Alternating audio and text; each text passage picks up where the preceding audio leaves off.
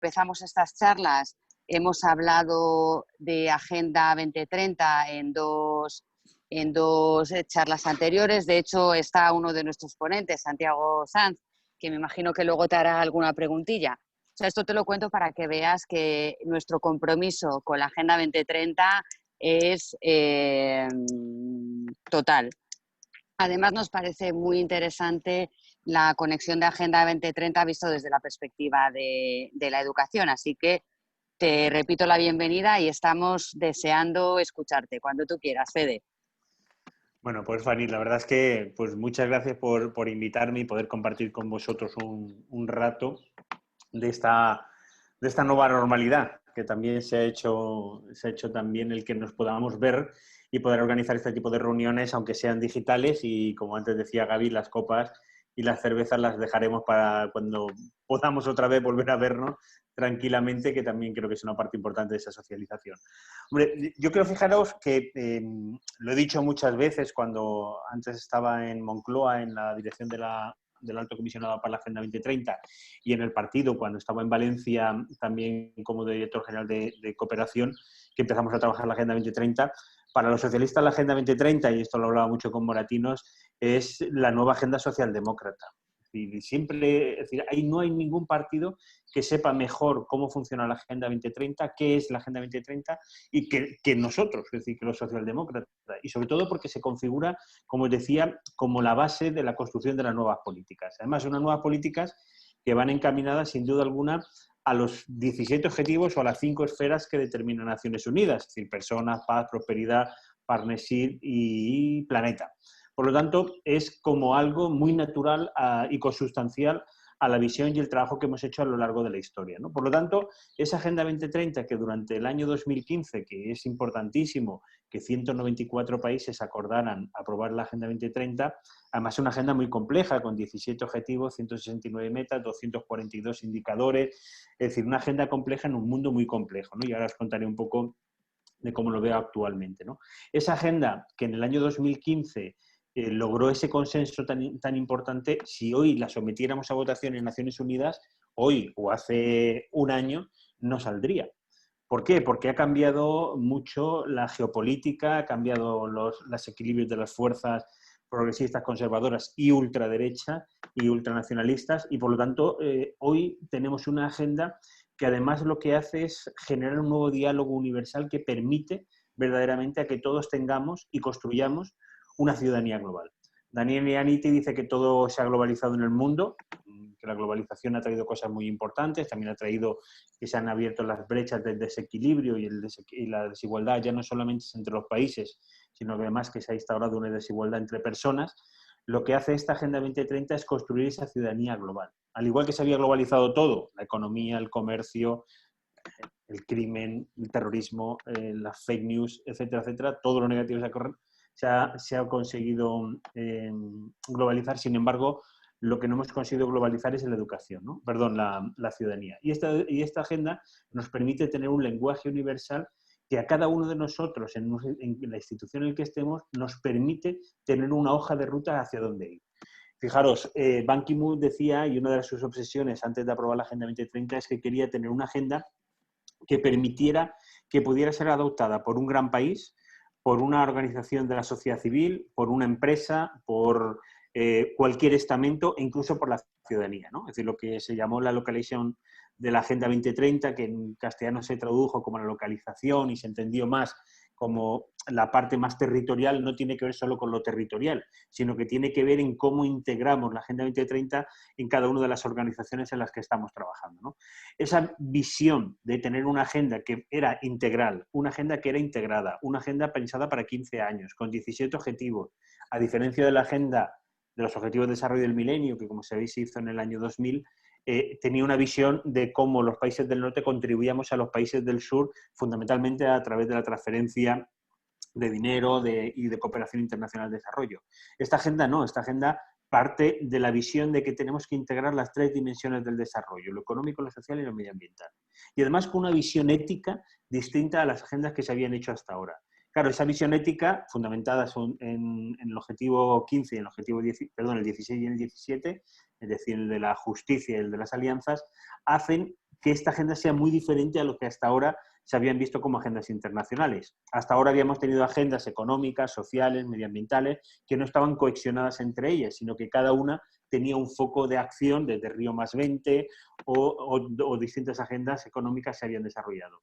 En este momento, entre el año 2015 y el 2016, se aprueban 4 agendas. La agenda de Addis Abeba, que es la agenda de la financiación del desarrollo, que se aprueba en junio del 2015, que era la visión de decir cuánto dinero tenemos para financiar y qué tenemos que modificar de la economía para que verdaderamente se produzca un cambio en la economía global y en la economía mundial. Sabéis, si recordáis, en el año 2015 venimos de la crisis económica, del endeudamiento de los países, de los flujos financieros ilícitos, etcétera, etcétera.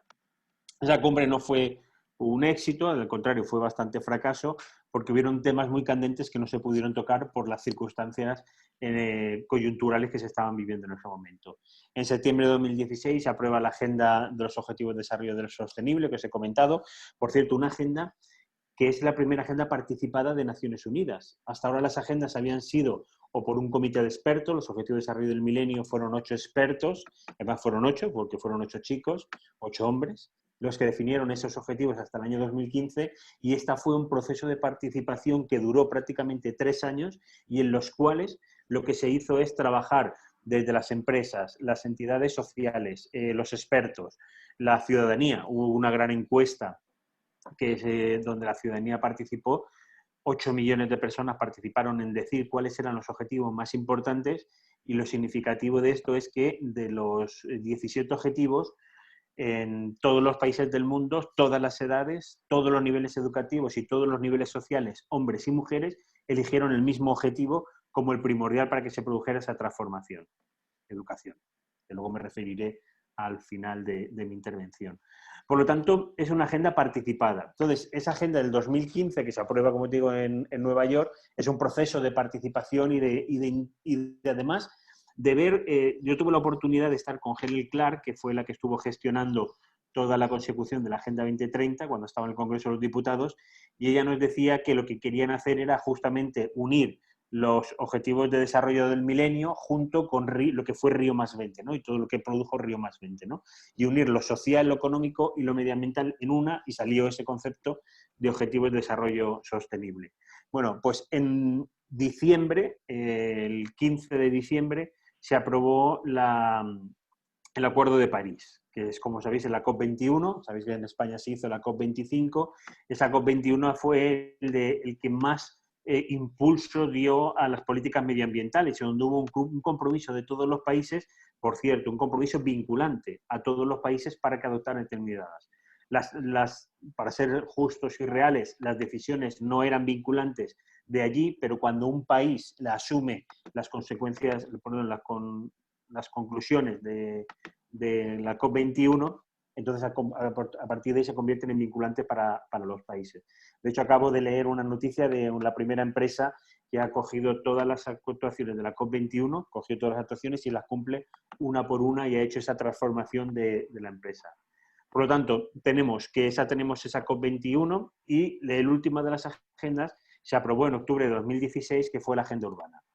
Una agenda urbana que, como sabéis, se hace cada 25 años. La última se celebró en la ciudad de Quito, donde participaron más de 8.000 municipios de todo el mundo para definir cuáles eran los retos de las ciudades en los próximos 25 años. Las ciudades es un papel fundamental de este cambio, de esta transformación. Daros cuenta que las ciudades, las personas vivimos en las ciudades. Se calcula que en el año 2040 el 65% de la población viviremos en grandes conurbaciones, en grandes ciudades de millones de habitantes, consumiendo el 75% de los recursos naturales, pero solamente ocupando el 3% del planeta. Por lo tanto, claro, el papel de las ciudades es importantísimo en el ámbito medioambiental, pero en el ámbito social también. ¿Por qué? Porque al final, fijaros, ese viejo concepto que teníamos de piensa globalmente y actúa localmente, hoy también ha saltado por los aires, y hoy hay soluciones globales para problemas locales, pero hay soluciones locales para problemas globales.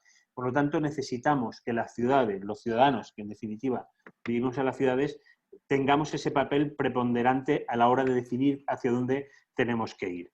Bueno, pues ese conjunto de esas 4 agendas configuran el saber qué es lo que tenemos que hacer y hacia dónde tenemos que ir y qué es lo que tenemos que implementar cada una de las instituciones que estamos involucradas en el desarrollo sostenible. En esta situación hay un papel muy importante que juega el objetivo número 17 de las alianzas. Fijaros, las alianzas es el papel más importante que se le da a esta agenda. ¿Por qué? Porque lo que se pretende es cambiar la visión de lo que estábamos haciendo hasta ahora. La transformación solo puede venir si logramos, sin duda alguna, que haya una colaboración, más allá de las colaboraciones público-privadas, que ya, como sabéis, se ha hablado muchísimo. Bueno, Mónica, de esto de las colaboraciones público-privadas sabe mucho más que yo, por lo tanto no voy a meterme en ese tema, pero va más allá de esa situación y habla de, sin duda alguna, de cómo, teniendo un lenguaje universal, que es la Agenda 2030, teniendo un objetivo común, que son esos 17 objetivos y sus 169 metas, y además sus 244 indicadores para medir lo que estamos haciendo, somos capaces de trabajar distintas organizaciones con distintos niveles de decisión, con distintas capacidades, para lograr verdaderamente que consigamos los objetivos que nos hemos marcado. Fijaros, en este mundo en el que estamos ahora ya no va a haber soluciones unidireccionales, es decir, un problema, una solución, sino que esto requiere una visión holística de esos problemas y de la integración de las distintas dimensiones. En la última etapa de la Agenda 2030, del Alto Comisionado, estábamos trabajando en la Estrategia de Desarrollo Sostenible, ¿no? Y en esa Estrategia de Desarrollo Sostenible decíamos y definíamos que la Agenda 2030 se configura como la base para la configuración de las nuevas políticas públicas. Hoy no podemos hablar de alimentación sin hablar de desigualdad, sin hablar de empleo, sin hablar de educación, sin hablar de innovación, sin hablar de energía, sin hablar de agua, o no podemos hablar de soluciones o de innovación sin pensar en las soluciones basadas en la naturaleza, o no podemos pensar en un cambio económico si no pensamos en ese cambio, cómo va a repercutir en el medio ambiente y al mismo tiempo cómo la sociedad se va a configurar también como ese factor fundamental. Fijaros, la Agenda 2030 lo que nos permite es dar un papel importantísimo a la ciudadanía. Esta Agenda 2030 lo que se trata es de empoderar a la ciudadanía para que sea ese vector de transformación que necesitamos. ¿Por qué? Porque la ciudadanía es el punto clave, el que va a permitir esta transformación. Inerarity, en su último libro Pandemocracia, dice que para salir de esta crisis del COVID tenemos que salir con dos cosas. Una, con más ideología, y dos, con más democracia. Y tres, con más conocimiento. Es decir, hay tres factores que son fundamentales y que estamos viendo que en esta crisis se han hecho más fuertes todavía. Es decir, una, las soluciones tienen que basarse en el conocimiento, y cuando hablamos de conocimiento estamos hablando de innovación, de ciencia, de creatividad y de decisiones basadas en la razón y no en los el gran marketing de garaje que tiene el presidente Trump diciendo cada ocurrencia cuando se le ocurre y cómo se le ocurre, ¿no? Y por lo tanto, vamos a necesitar más conocimiento. Segundo, vamos a necesitar democratizar la democracia. Es importantísimo que de esta crisis salgamos más fortalecidas, con instituciones más fortalecidas. Lo estamos viendo cómo se está defendiendo más la salud, la educación. Os pongo el ejemplo, por ejemplo, del sistema agroalimentario español. El que no haya habido desabastecimiento en los centros comerciales, en las tiendas, en los mercados, ha sido gracias a todo el sector agroalimentario público, en este caso a Mercasa, que es una empresa pública nacional, que además dirige un buen amigo, además ilicitano, que se han dedicado precisamente a eso, a que no haya un desabastecimiento y a facilitar que desde el agricultor hasta el consumidor se pueda seguir llevando esos alimentos con las mismas garantías de transporte, de almacenaje, etcétera, etcétera. Por lo tanto, esos sistemas públicos, y aquí no creo que no hace falta abundar mucho en ese tema porque pues, somos convencidos de ello, necesita tener una fortaleza. Y por último, como os decía, la ciudadanía. Es decir, necesitamos una ciudadanía empoderada. Si hemos visto algo importante en este confinamiento solidario que todos hemos vivido, es que el papel de la ciudadanía, uno, cumpliendo la obligación ciudadana de cumplir con aquellas obligaciones que nos tienen marcadas para garantizar la salud de todos. Dos, los movimientos de solidaridad, y no solamente la solidaridad como aquello que nos sobra, sino de compromiso por el bien común. Y tres, de además ahora de hacer que esa ciudadanía se comprometa verdaderamente a esta transformación. Fijaros, estamos en un momento tremendamente complejo, pero venimos de un momento también tremendamente complejo. El otro día daba una charla también en un seminario de EDNOR que dirige Adela Cortina, y hablaba, el título era Reinventar o reiniciar, ¿no? Es decir, bueno, yo creo que hay cosas que reinventar y cosas que hay que reiniciar. ¿Por qué? Porque no podemos partir de la base de la que estábamos y de la que veníamos. Si hacemos un repaso un poco al mundo antes del COVID, que parece ya algo como muy alejado, muy extraño o muy lejos, pero fue hace 3 meses, tenemos, por un lado, como decíamos, una gobernanza simétrica, donde es verdad que hay cosas que se han globalizado y esa globalización asimétrica, cosas que se han globalizado, pero cosas que han hecho que el acceso a los bienes públicos globales haya hecho una brecha mucho más grande de ese acceso a esos bienes públicos globales. Segundo, vivimos una desgobernanza global. Vivimos entre los países que no dejan de no tener competencias nacionales a la globalización o a la gobernanza global de Naciones Unidas o de otras instituciones que no termina de llegar. Salimos de una crisis económica, que ha sido una crisis económica, social, económica, etcétera, etcétera, pero también una crisis de confianza. Una crisis de confianza institucional y social, y que por lo tanto ha generado también una situación de malestar de la ciudadanía al poder económico, a los poderes públicos y a la política. Cuarto, un liderazgo difuso. Hoy no tenemos grandes liderazgos como pudimos ver con Olof Palme, Kohl, Mitterrand, Felipe González o incluso Reagan y Thatcher en otro ámbito muy alejado de nosotros. No hay un liderazgo realmente. Ese liderazgo es muy difuso. No hay un liderazgo político y además esos liderazgos políticos son más mediáticos y además vinculados sobre todo a cuestiones neoconservadoras o más que neoconservadores directamente de ultraderecha. Quinto, hemos vivido el auge de los populismos, de la ultraderecha, del anticonstitucionalismo y además, por cierto, más virulentos. Por 2 cuestiones. Una, porque vienen más rejuvenecidos y 2, porque utilizan las tecnologías. Esto nos lleva también a la fake news, ¿no? De cómo también las fake news se han convertido en un arma arrojadiza para desmontar la realidad y crear una nueva realidad. Claro, una realidad que se basa en el caos. Y en ese caos, la ultraderecha lo que nos está vendiendo es que ante el caos lo mejor es el orden que representan ellos. Por lo tanto, esa es una situación que también es importante que seguir. Sexto, una crisis climática. No hay que olvidar que venimos de esa crisis climática y que, por lo tanto, esa situación que nosotros vivíamos en la COP25, en la cual tuve también la oportunidad de participar organizando esa COP25 que se hizo aquí en Madrid de manera express, la situación es que nos hemos visto que en esa crisis climática, desde Greta Thunberg hasta la declaración de la Unión Europea como emergencia climática, o en España en enero, que también lo declaramos como emergencia climática, una situación compleja en la que estamos viviendo. Y la séptima, desde mi punto de vista, que estamos viviendo la enésima crisis. Fijaros, esto no es una crisis más, es que vivimos una crisis tras otra. Iñaki Gabilondo, en una de sus matutinas columnas, decía que gestionar el presente al final es gestionar la decadencia, ¿no? Y que estamos gestionando la decadencia, porque al final no estamos liderando grandes proyectos, sino que estamos atendiendo a las necesidades perentorias que nos llegan y que por lo tanto nos hacen que tenemos que estar trabajando en el día a día. Y gestionar el día a día al final es gestionar la decadencia. Bueno, pues esta situación, además, unida a la situación del COVID, que hemos pasado de gestionar epidemias a gestionar una pandemia, donde no hay patrones, donde todo está por ver y que trabajamos mucho en ensayo en error, o que estamos trabajando con proyectos beta o tomando decisiones con los momentos o con las cuestiones que tengamos sobre la mesa, hace que necesariamente tengamos que repensar el mundo en el que estamos y sobre todo hacia qué mundo queremos ir. Y en esto hay una cosa que tenemos que tener muy claro. El mundo será aquello que nosotros queramos que sea. Yo disculparme, pero soy de los que piensa que efectivamente las personas, y cada uno de nosotros somos personas que estamos en cada una de las instituciones, será el mundo que queramos que nosotros sea. ¿Y que es difícil hacerlo? Claro, por supuesto que sí. Hasta ahora el 1% ha tenido su propia agenda dominando el otro 99%. Hoy el otro 99%, que somos nosotros, tenemos una agenda común que nos permite alinearnos, generar esas alianzas, por cierto, alianzas que pueden ser improbables o colaboraciones radicales, como dice el profesor Carlos Matáis, donde construyamos verdaderamente el mundo hacia donde queremos ir. Y eso pasa, sin duda alguna, por empoderar a la ciudadanía.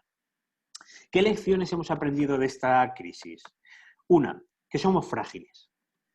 Nos creíamos, como en el libro de Joubert de Homo Deus, donde ya creíamos que éramos cyborg, que ya no íbamos a alargar la vida y que por lo tanto ya Google con su empresa estaba ya teniendo una vacuna para alargar 10 años la vida humana, o que ya íbamos a tener cyborgs y parte de nuestro cuerpo podrían ser cyborgs. Nos hemos dado cuenta que somos humanos y que además somos muy mortales y somos muy débiles. 2, que necesitamos instituciones fuertes y que, por cierto, muchas de ellas las tenemos en educación, en sanidad. Claro, estamos viendo dos modelos completamente distintos de gestionar las crisis. Por un lado, hemos visto una situación donde lo que se ha primado es la economía, Estados Unidos o Inglaterra como referentes, o dos instituciones que lo que han hecho es primar primero a las personas y lo que han hecho es fortalecer sus servicios públicos como educación, sanidad o, como os decía antes, el sector agroalimentario o muchos otros sectores en los que estamos involucrados. Por lo tanto, necesitamos instituciones fuertes para afrontar los retos que tenemos por delante. Tercero, que tenemos un sistema económico débil. Lo hemos visto con la globalización, con la caída de la industria, con la caída del consumo. Claro, las cifras que tenemos ahora son brutales. También es verdad que tenemos un sistema que no aguanta un envite de estas características. Luego ponía como anécdota de que si un club de fútbol con 550 millones de euros de presupuesto tiene que hacer un ERTE, algo no está funcionando bien. Algo no está funcionando bien. Cuarto, la acción humana devasta el planeta. Lo hemos comprobado. Es decir, hasta ahora veníamos diciendo que estamos viviendo una nueva época donde las personas estábamos cargándonos el planeta y estábamos poniendo en riesgo la prosperidad y la sostenibilidad de la humanidad humana, no del planeta, porque el planeta se reconfigurará con nosotros o sin nosotros, pero lo que sí que estaba en riesgo éramos nosotros en el planeta. Por lo tanto, lo que hemos descubierto ahora, que 3 meses de parón, hemos visto cómo las aguas de Venecia recuperaban los peces, o cómo los animales paseaban por las ciudades, o cómo aquí en Madrid hemos visto cómo esa boina que muchas veces tenemos encima se haya despejado por completo. Por lo tanto, tenemos ya la certeza, por si a alguien le cabía alguna duda, de que la acción humana devasta el planeta. Quinto, que vivimos en un mundo global. Yo lo he dicho en muchas charlas y lo he puesto con muchos ejemplos. Es decir, ese es el mejor ejemplo de que vivimos en un mundo global. Y que por lo tanto, además, ahora la solución no va a pasar única y exclusivamente porque la solución la aportemos un país y el resto no. Es decir, vivimos en ese mundo global donde necesitamos, sin duda alguna, entender que la globalidad tiene que ver con lo económico, con lo social, con lo medioambiental y además con esa entender la geopolítica en la que nos estamos moviendo. Sexto, que tenemos la capacidad de reacción a través de la innovación, de la producción. Hemos visto ejemplos de cómo las empresas se han reconfigurado para producir mascarillas, o las empresas han hecho textiles, han generado mascarillas, o a través de la impresión de 3D, o acciones que nos han permitido dejar de poner en riesgo a mucha ciudadanía. El Banco de España sacaba un informe hace poco que decía que si no hubiéramos puesto en marcha este confinamiento, las muertes podrían haber llegado hasta 440.000 fallecidos en esta crisis. Por lo tanto, tenemos la capacidad para reaccionar. Y séptimo, la solidaridad. Que somos capaces de entender el bien común. Y que esa capacidad de entender el bien común, lo que tenemos es que afianzarla como uno de los valores fundamentales sobre los que se tiene que construir el nuevo ámbito. La solidaridad va más allá de dar lo que nos sobra. La solidaridad es fundamentalmente el compromiso ético individual con el desarrollo colectivo, sostenible, solidario, etcétera, etcétera. A nosotros los socialdemócratas no tienen que decirnos qué es esto porque sabemos perfectamente qué es esto. Por lo tanto, como decía Olof Palme, que lo utilizaba también en una charla que tuve el otro día con la agrupación de Granada, es decir, Olof Palme decía que lo que se necesita es una política de verdad, una política que piense sin duda alguna en las personas y de cómo arbitrar aquellas situaciones que permitan verdaderamente que las personas estén en el centro de las decisiones.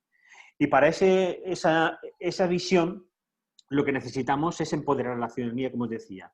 Para mí, empoderar de la ciudadanía pasa por 4 ámbitos. Por un ámbito económico, sin duda alguna, una ciudadanía que no llega a fin de mes, difícilmente puedes decirle que piense en el año 2030, el 2040 o en el 2050. El ingreso mínimo vital que hemos aprobado en este país, oía hace poquito a uno de los mayores representantes del ingreso mínimo vital y decía que la discusión en España no era si tenía o no tenía que ser, o si era mucha cantidad o menos cantidad, sino por qué hemos tardado tanto tiempo en aprobar ese ingreso mínimo vital. Segundo, empoderar a la ciudadanía culturalmente, de saber en el mundo en el que vivimos. Lo decía, vivimos en un mundo global donde todo nos afecta, pero todo nos beneficia. Tercero, empoderar a la ciudadanía en ámbito social, para tomar las decisiones y para hacer verdaderamente de que con su acción se puedan producir esas transformaciones.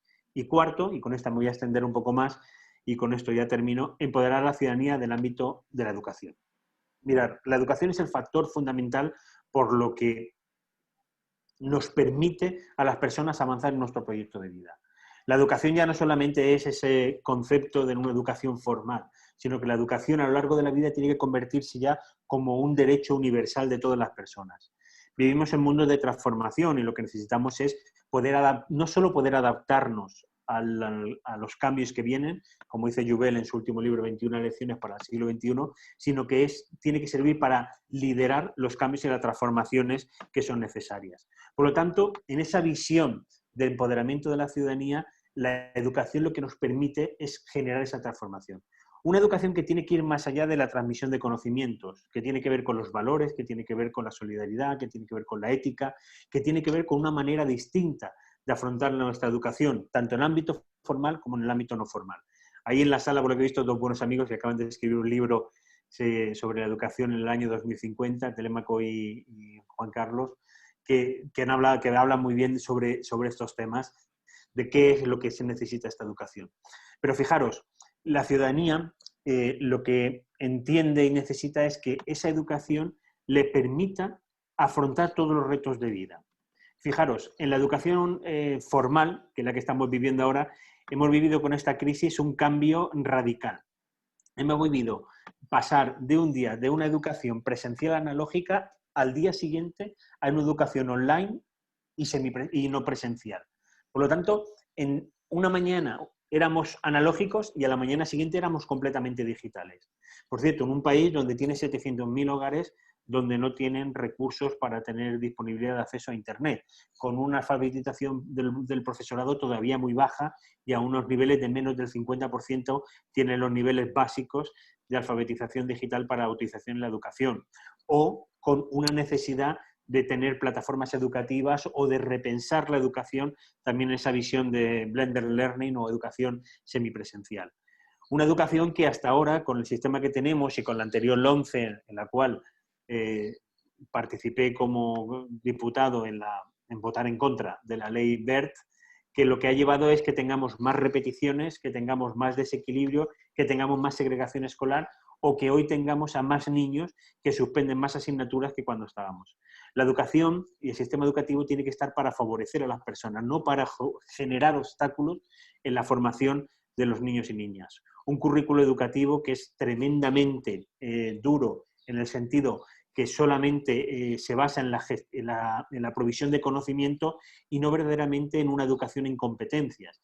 Fijaros, y escribí un artículo que además es el mismo título de esta conferencia que se llamaba Educando a Ciudadanía 2030 hace unos años para el diario El País y lo que buscaba una pedagogía moderna que nos pudiera avanzar en esa visión de cómo integrar el conocimiento y lo más novedoso que encontré fue algo que escribió Faure en el 71 o Jacques Delors en el 96, que era el aprender a aprender, es decir, aprender a hacer, aprender a conocer, aprender a vivir y aprender a convivir. Esta es la base de la educación en la que estamos trabajando y la que queremos hacer. Una educación que se base en competencias, una educación que permita a los niños y a las niñas afrontar los retos y además liderarlo. La mejor manera de predecir el futuro es liderarlo. Y si nosotros no somos los que lideramos el futuro, alguien lidera por nosotros. Por lo tanto, la educación en el ámbito formal tiene que estar ligado a ese tema. Segundo, en el ámbito no formal tiene que ser una educación que favorezca esa visión que aporta la Agenda 2030. La Agenda 2030, al margen de sus 17 objetivos y 169 metas, lo que aporta es una visión compartida de un mundo en el que, a través de la ética, la justicia social, generemos alianzas o colaboraciones radicales, como decía antes, para conseguir ese desarrollo sostenible, integral e integrado. Por lo tanto, la educación no formal tiene que estar vinculada a estos ámbitos.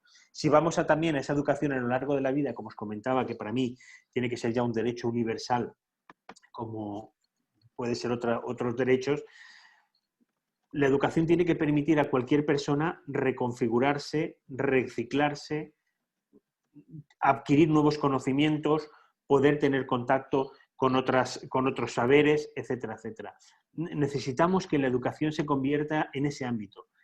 Olof Palme, cito mucho a Olof Palme porque para mí era uno de mis grandes referentes y ahora además que se han cumplido 34 años de su asesinato y que por cierto ahora es cuando se ha cerrado su investigación. decía que él quería hablar a una sociedad inteligente, y hablaba con sociedades inteligentes. La socialdemocracia necesitamos esto, necesitamos empoderar a la ciudadanía, necesitamos que la ciudadanía genere ese conocimiento y que además la base de las relaciones sea la razón. No podemos sustentar todo en que la emoción ligada a esas falsas mentiras, o valga la redundancia, permita generar irrealidades en un mundo sobre el que no es. La educación es la que nos da verdaderamente esa capacidad de discernimiento y en el cual empodera a la ciudadanía.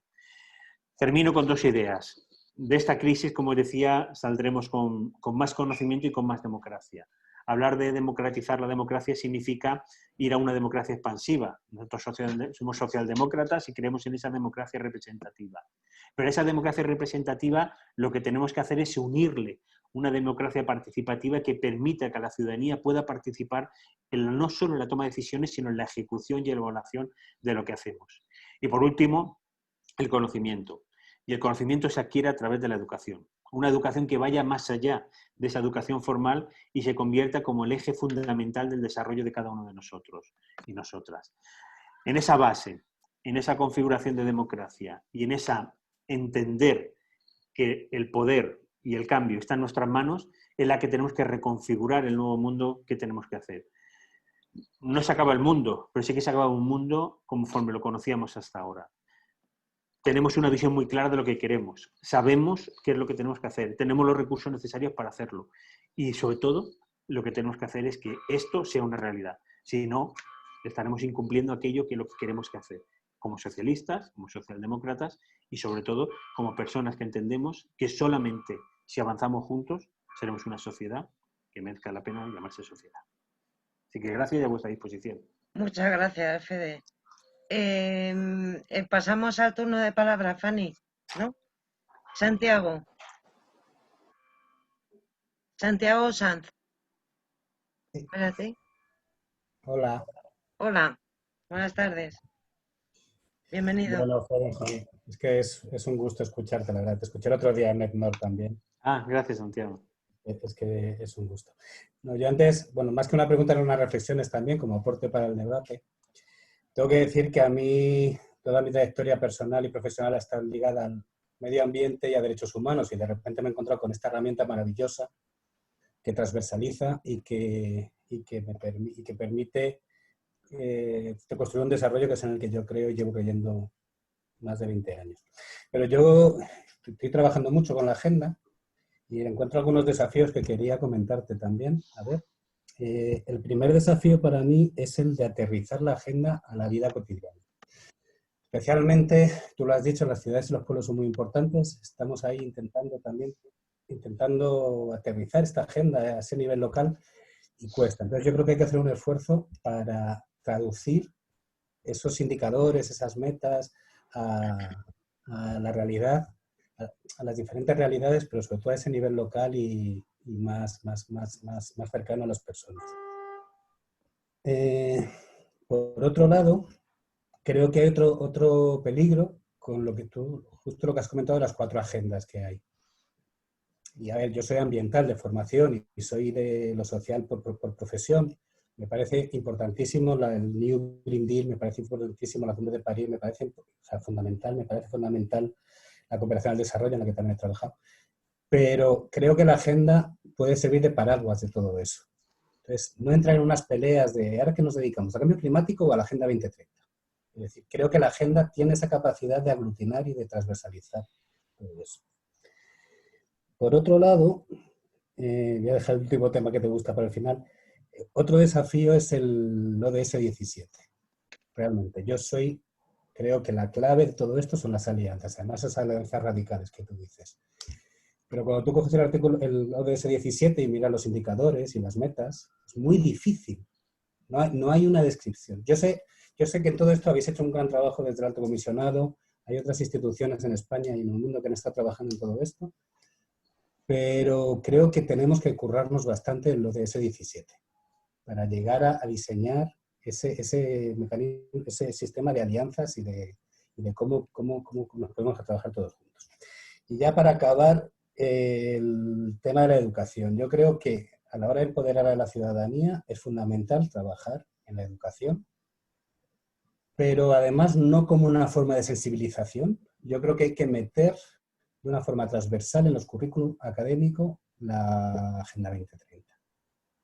No como una asignatura, sino que permee a todo el currículum académico de forma que se entienda que todo se lo podemos orientar hacia un desarrollo sostenible y con una visión global del desarrollo. Y habría más, pero bueno, yo creo que con esos 4 son los desarrollos los que yo me voy encontrando todos los días. Y Gracias, Santiago. Me encanta. Jesús. Voy a buscar a Jesús. A ver. Hola, Jesús. Bien. ¿Yo? Sí. Bueno, había puesto, agradecido por toda tu intervención, Federico.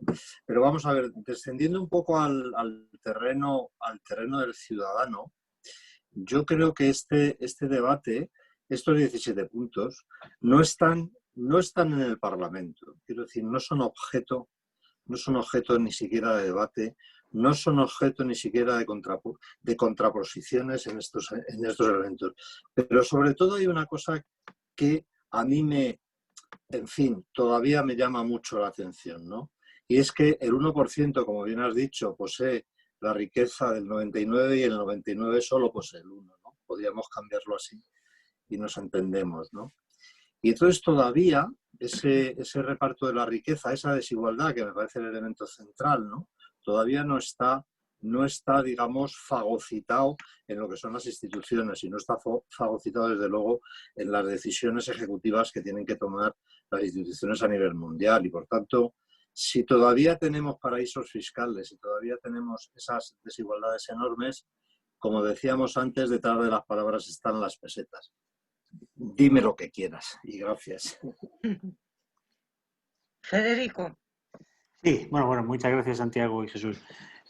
Santiago, es decir, coincido contigo, es verdad que al final tenemos muchas agendas y demás. Yo lo decía antes cuando estaba el alto comisionado, es decir, cuando llegaron las agendas, no estábamos todos esperando que llegara una agenda de Naciones Unidas para saber lo que teníamos que hacer. Todo el mundo estábamos haciendo cada uno en nuestros ámbitos. Es verdad que la Agenda 2030 lo que permite es tener un paraguas que cada uno de nosotros podamos hacer aquello que estamos haciendo y dándole una lógica. Y además conectándonos con otras instituciones. Yo, cuando en el 2015, además yo empecé, en el Parlamento ya tuve la oportunidad de participar en una reunión de alto nivel de Naciones Unidas para decidir sobre todo el objetivo número 2 de hambre y ya empecé a trabajar ahí. Pero luego cuando estuve en Valencia lo llevé ya a la práctica y el mismo día que se aprobaba la agenda, en Valencia aprobábamos la primera estrategia de desarrollo sostenible, ¿no? Bueno, pues cuando a mí en el 2015 empecé a hablar de esto, yo decía, bueno, aquí 4 zumbaos.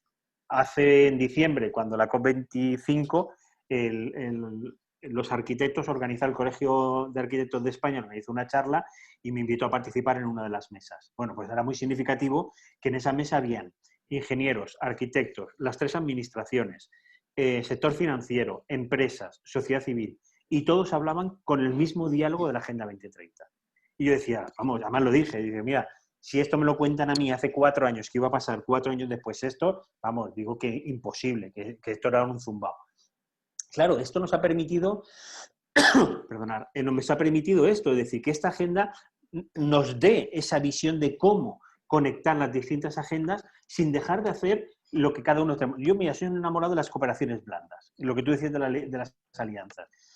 Nosotros hemos trabajado en el alto comisionado en conceptos como colaboraciones radicales o conceptos como inteligencias colectivas que está haciendo el MIT, un proyecto de investigación, o temas de investigaciones de público-privada, etcétera, etcétera. Claro, esto es la parte más compleja. ¿Por qué? Porque no estamos acostumbrados a decir, oye, ¿cómo trabajo yo? Si lo mío es aquí y yo trabajo con lo de al lado, ¿no? ¿Y cómo me conecto?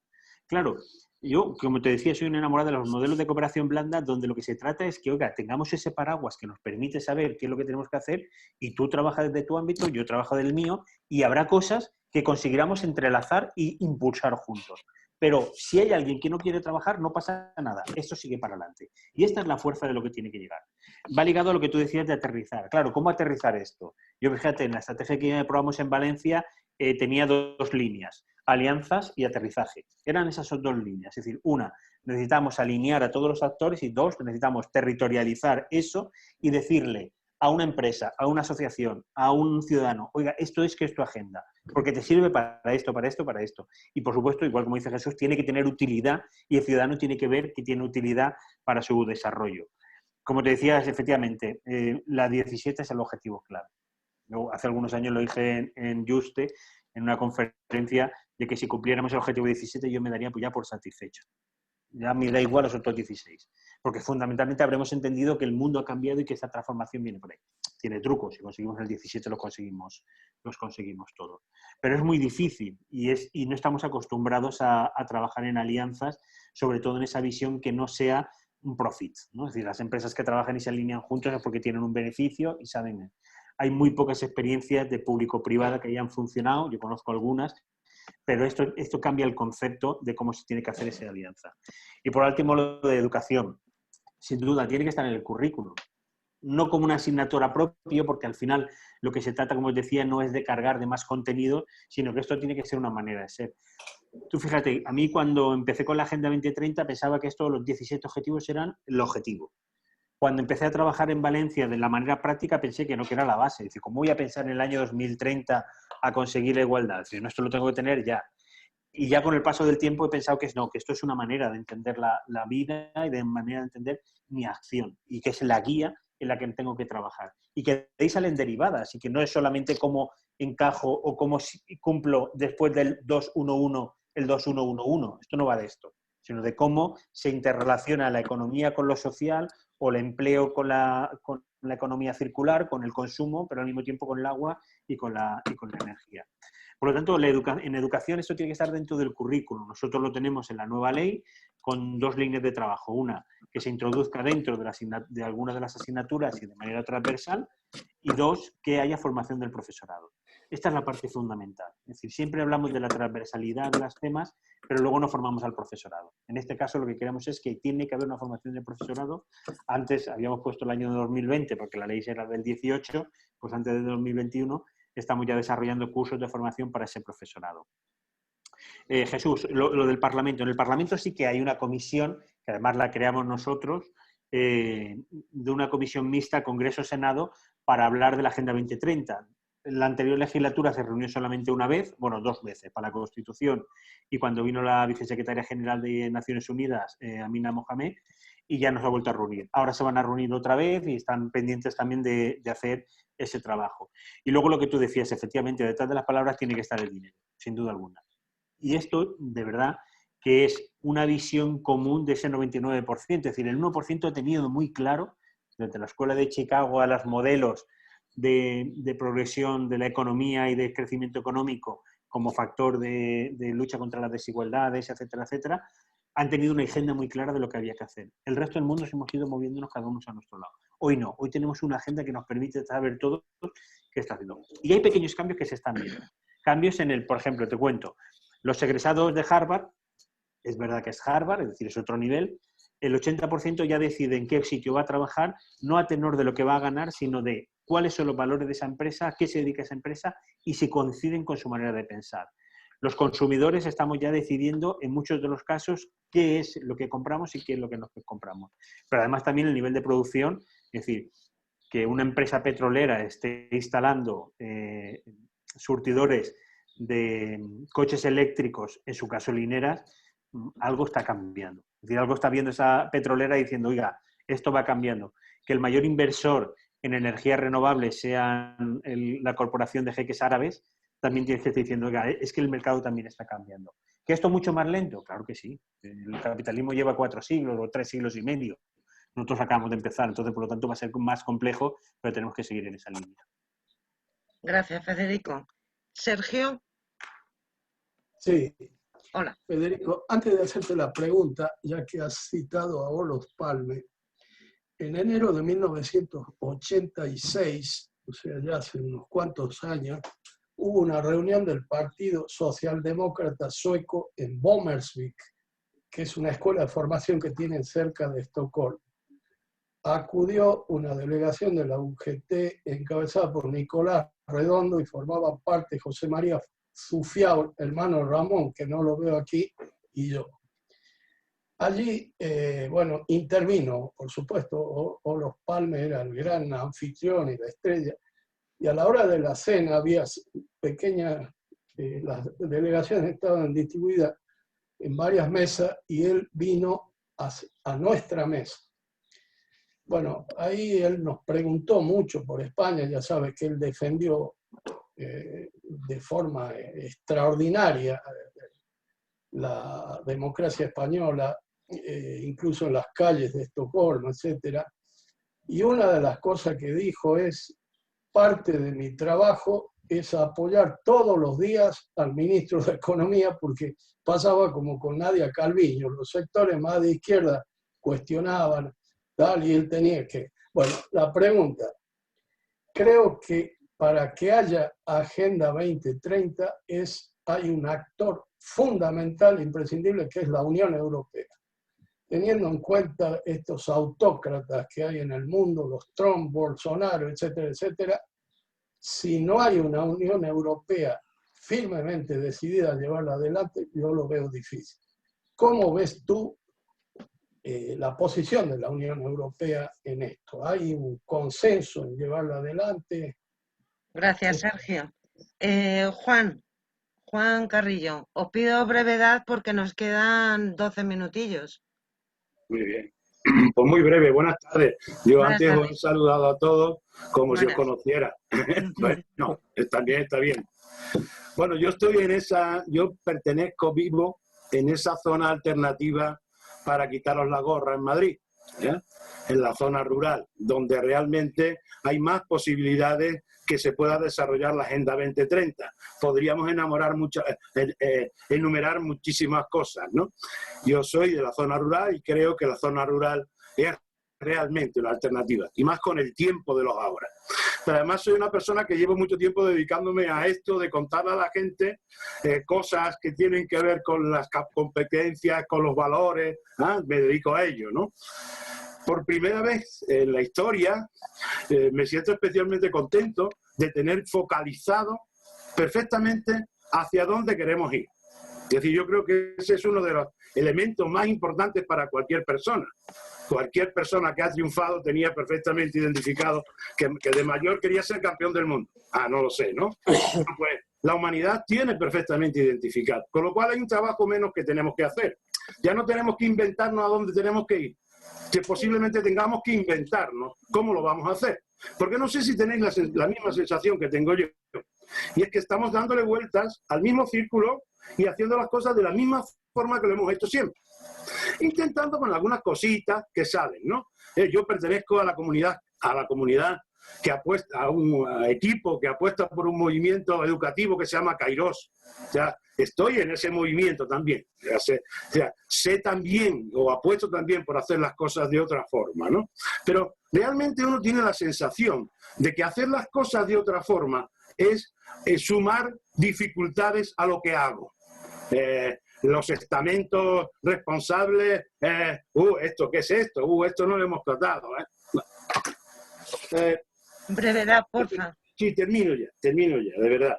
Efectivamente, estamos en un tiempo, como has dicho, Federico, de la noche a la mañana tuvimos que pasar a lo virtual. Posiblemente lo que tuvimos que pasar es ser analógico con ordenador, ¿no? Porque estarás de acuerdo conmigo en todavía no hemos llegado a las TAC, estamos todavía en las TIC, y además las TIC han cogido tanta fuerza que casi están impidiendo que salgan las TAC, que es donde posiblemente esté la esencia de la educación a lo largo de la vida. Y termino, compi, de verdad, ya sí que termino. Creo sinceramente que necesitamos saber cómo llegar a la gente. Necesitamos encontrar herramientas que nos permitan que la gente entienda qué es lo que le estamos diciendo. Si todavía hay gente que te ve todavía con el pin de los objetivos de desarrollo sostenible y te dice, tú que eres un pintor, qué paleta más bonita de colores. No, efectivamente. Y termino. La educación es importante, todos los objetivos lo son, todos, porque no es menos importante que acabar con la pobreza de una puñetera vez, permitirme la puñetera, porque lo he puesto a DVD. La educación es importante y las alianzas también. pero ojito también con las alianzas, porque es que no hemos sido capaces de encontrar un modelo diferente a lo que se llaman redes de alianza, que duran el tiempo que dura la reunión, y cuando llego a mi casa casi me he olvidado de ella. Muchas gracias. Muchas Por lo gracias tanto, a mucho ti, por hacer. Juan. Federico, todo tuyo. Voy a ser muy breve, así si hay alguna pregunta que se pueda hacer. Bueno, Sergio, la verdad que me das mucha envidia diciéndome que has estado con Olof Palme en Noruega y por lo tanto muy bien, la verdad que eso. La Unión Europea. A ver, mira, yo soy un europeísta convencido y un europeísta decepcionado, sí, con esta Unión Europea. Yo pienso, además, lo he discutido con muchos europarlamentarios y en algunos foros. De hecho, estoy participando ahora también en una plataforma por Europa, porque soy un europeísta convencido y creo que tiene un papel fundamental. Es verdad que no han, por ejemplo, en el ámbito de la Agenda 2030 llegaron muy tarde. Llegaron muy tarde por dos cosas. Una, porque era una cosa de Naciones Unidas y con lo cual se veía así como un poco de reojo, y dos, porque los objetivos eran 2030 y en Europa tenemos objetivos al horizonte 2020.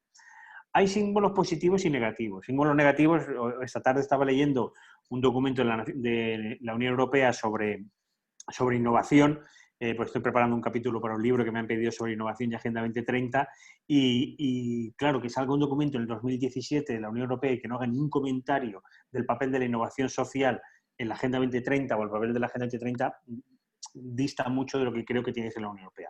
Ahora bien, la nueva presidenta van der Leyen puso deberes a todos los comisarios, y todos los comisarios en su hoja de deberes decía: usted tiene que encargarse de los objetivos de desarrollo sostenible que tiene aparejado su actividad. Por lo tanto, esto creo que tiene que ser una buena iniciativa. Hoy se ha publicado los índices estadísticos del avance de los objetivos de desarrollo de la Unión Europea en la Agenda 2030 que hace Eurostat, que habla sobre esos indicios y sobre esos caminos que se están viendo. Entonces yo creo, como siempre suelo ser positivo, que el vaso se está llenando. Creo que también que el European Green Deal es también un buen vector, y además lo está llevando un compañero que por lo tanto conoce muy bien lo que es la Agenda 2030 y el cual trabajamos desde el Alto Comisionado, Frans Timmermans, y creo que puede ser un avance. Así que esperanzado en que pueda haber un cambio, y más en este momento. Juan, en lo rural coincido contigo, es decir, efectivamente yo creo que tenemos que pensar obviamente en los dos ámbitos. Es cierto que muchas veces se piensa solamente en uno de los ámbitos, en el ámbito más urbano, y se deja en lo rural, pero yo creo que el rural es ese ámbito. Lo que tú decías, es decir, la Agenda 2030 lo que nos permite es tener una visión compartida y ya no tenemos que estar perdiendo el tiempo en qué vamos a hacer, qué vamos a hacer. No, mire, tenemos una visión. Ahora decidamos cómo vamos a hacerlo, qué vamos a contribuir y cómo vamos a hacerlo. Dificultad, claro. Yo tengo una amiga que dice siempre que, además Estefanía la conoce bien, que es nuestra amiga Toñi, que dice que ser socialista nunca fue fácil. Y pues no nos hubiéramos aportado posiblemente a otro partido, pero todo lo hemos hecho. Claro, eso tiene las dificultades de lo que significa transformar aquello que está mal. Y por supuesto, claro que tenemos dificultades, pero ante esa dificultad siempre hay una posibilidad. ¿Cómo llegar a la gente? Pues eso es lo más complicado. Yo llevo muchos años en esto. Hace poco a un taxista en Barcelona que me cogió, bueno, de estas casualidades, te pones a hablar, le cuentas lo que es la Agenda 2030 y tal, y me decía: oye, pues eso es tan bonito, ¿por qué no se está haciendo? Y decía, pues tienes razón, pero yo hago lo que puedo, como puedo, y creo que si somos más en los que lo hacemos y entendemos que tiene que haber ese cambio. Es verdad que la sociedad ha cambiado por completo, es decir, la sociedad de mis padres o de nuestros abuelos no tiene nada que ver con la sociedad de hoy en día. Es decir, el nivel cultural de la sociedad hace 40 años, recordar, por cierto, que en este país hace 40 años solamente titulaba el 3% de la población, y por cierto eran ricos los tres, obviamente. Es decir, por lo tanto, hoy ya vivimos otra sociedad completamente distinta. Las nuevas tecnologías, la información y la comunicación, la educación, etcétera, etcétera, nos permiten verdaderamente avanzar a esos países como Finlandia, que en el año 70 ya estaba titulando un 30% de la población. Oye, pues yo creo que estamos en una buena base para seguir construyendo, y sobre todo construir sobre la base de lo que nos une. Hay quien quiere que nos separemos, porque de eso ganan. Pero nosotros lo que tenemos que hacer es trabajar más en lo que nos une y con los que nos unen. Muchas gracias, Federico. Virginia creo que te va a comentar algo, pero ha dicho que te va a escribir un email. Vale. Vale. Bueno, Fanny, por cierto, me ha encantado Pues tu charla. Y paso la palabra a Fanny, que muchísimas gracias por venir. A ti. Magnífica, ¿eh? Que muchas Tengo gracias, que Federico, decir. otra vez.